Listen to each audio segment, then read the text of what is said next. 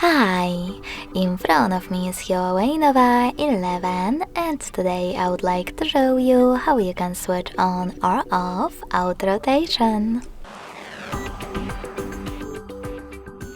First of all, go into Tab menu and look for Auto Rotate shortcut. When you find it, click on it. As you can see, mine is blue. That means that auto rotation is enabled, but you can always disable it by tapping on the same shortcut again. Thanks so much for watching. If you enjoyed this video, don't forget to leave a like, comment and subscribe. Bye!